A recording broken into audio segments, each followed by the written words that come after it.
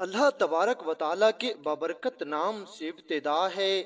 جو دلوں کے رازوں سے خوب واقف ہے۔ السلام علیکم دوستو، welcome on S G A stories. دوستو، روایت میں آتا ہے کہ ایک مرتبہ پیغمبر خدا جناب موسیٰ کلیم اللہ علیہ السلام سفر کی غرض سے کہیں جا رہے تھے۔ جب حضرت موسیٰ کلیم اللہ ایک گھر کے قریب سے گزرے تو جناب موسیٰ کلیم اللہ علیہ السلام نے دیکھا کہ اس گھر میں شادی ہو رہی تھی اور شادی کی شہنائیاں بج رہی تھیں اور اس گھر میں خوشی کا سماں تھا۔ سب لوگ خوش تھے، ہنسنے کی آوازیں باہر تک آ رہی تھیں۔ جناب موسیٰ کلیم اللہ علیہ السلام نے جیسے ہی ان لوگوں کو ہنستے ہوئے اور اس طرح خوشی مناتے ہوئے دیکھا تو جناب موسیٰ کلیم اللہ علیہ السلام فرمانے لگے،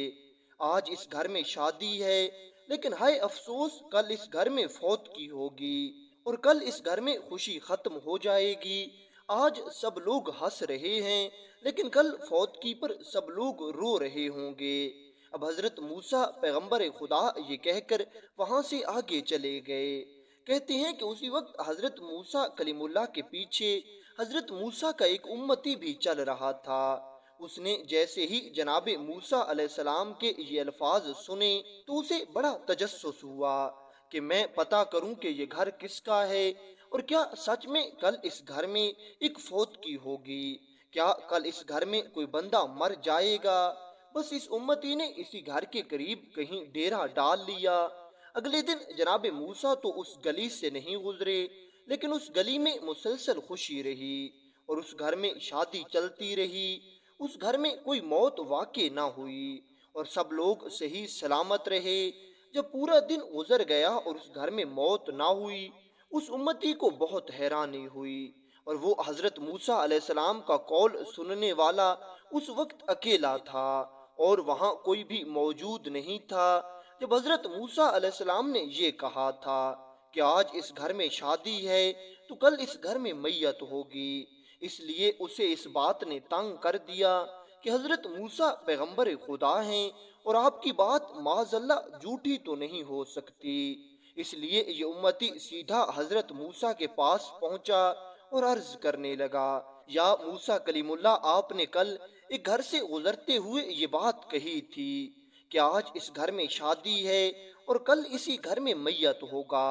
آج اس گھر میں سب خوش ہیں اور کل اس گھر میں سب رو رہے ہوں گے۔ جناب موسیٰ کلیم اللہ اپنی زبان حق ترجمان سے فرمانے لگے، جی ہاں، میں نے اس گھر کے قریب سے گزرتے ہوئے جب ان لوگوں کی شادی کی خوشی دیکھی تو میں نے یہ بات کہی تھی۔ کیوں، کیا ہوا؟ تو یہ حضرت موسیٰ علیہ السلام کا امتی حضرت جناب موسیٰ علیہ السلام سے عرض کرنے لگا، حضور، آج دوسرا دن بھی گزر گیا ہے، پر میں نے جب سے آپ کے منہ سے وہ الفاظ سنے تھے تو میں اسی گھر کے قریب ٹھہر گیا تھا، لیکن اس گھر میں کوئی فوت کی نہیں ہوئی، کوئی میت نہیں ہوا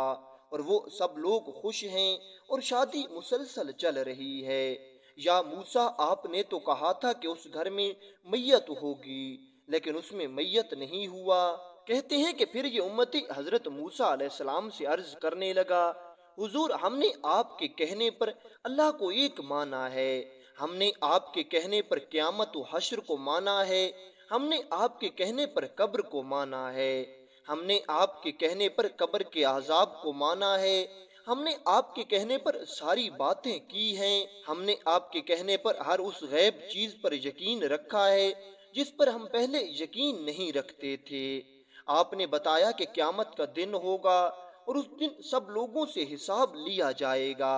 تو ہم نے آپ کی بات مان لی ہے کہ آپ پیغمبر خدا ہیں اور آپ سچ فرماتے ہیں۔ لیکن یا موسیٰ کلیم اللہ، مجھے یہ بتائیں کہ آپ کی ایک دن والی بات تو سچی نہیں ہوئی، اب ہم قیامت پر کیسے یقین اور اعتبار رکھیں؟ اب ہم کیسے مانیں کہ آپ نے وہ بات بھی سچ ارشاد فرمائی تھی؟ کیونکہ کل آپ نے جو بات ارشاد فرمائی وہ تو سچی ثابت نہیں ہوئی۔ جناب موسیٰ کلیم اللہ علیہ السلام نے اس شخص کا یہ سوال سنا تو پیغمبر خدا جناب موسیٰ کلیم اللہ علیہ السلام سیدھا کوہ پر چلے گئے، اللہ تعالیٰ سے ملاقات کی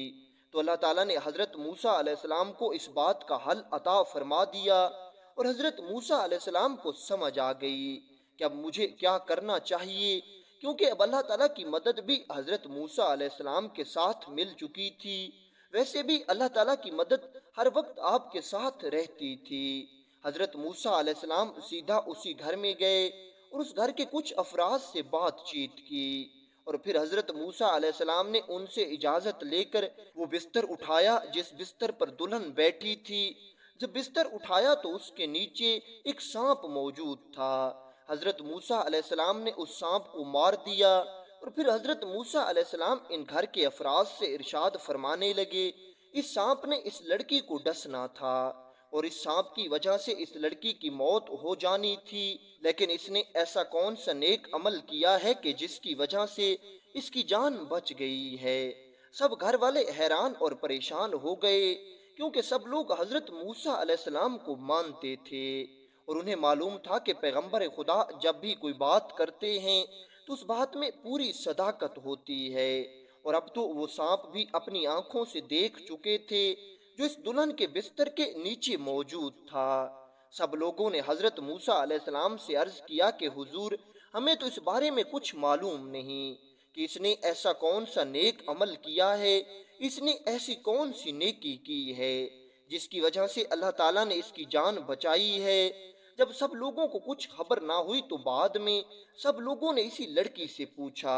کہ تمہیں کوئی اپنا ایسا نیک عمل یاد ہے جو تم نے کل کیا ہو جس کی وجہ سے تمہاری جان بچ گئی ہے؟ پہلے تو اس لڑکی نے بھی انکار کر دیا کہ میں نے تو کوئی ایسا خاص عمل نہیں کیا جس کی وجہ سے میری جان بچ گئی ہو، لیکن پھر یہ لڑکی کہنے لگی، ہاں کل میں نے ایک فقیر کو ایک روٹی صدقے کے طور پر دی تھی، اور تو میں نے کوئی ایسا کام نہیں کیا جس کے بارے میں آپ کو بتا سکوں۔ کہتے ہیں کہ جب حضرت موسیٰ نے یہ بات سنی کہ اس لڑکی نے کل ایک روٹی صدقے کے طور پر ایک فقیر کو دی تھی، تو جناب حضرت موسیٰ علیہ السلام ان کے گھر والوں سے فرمانے لگے، میرا اللہ اور میرا رب ذوالجلال اتنا کریم ہے کہ اس نے ایک روٹی کے صدقے کے بدلے میں اس لڑکی کی 30 سال زندگی بڑھا دی ہے۔ اس نے اللہ کے نام پر ایک روٹی صدقہ دی ہے، اور بے شک صدقہ بلاؤں کو ٹالتا ہے، اس لیے اس صدقے کی وجہ سے وہ بلا ٹل گئی اور اس کی زندگی میں اضافہ ہو گیا ہے۔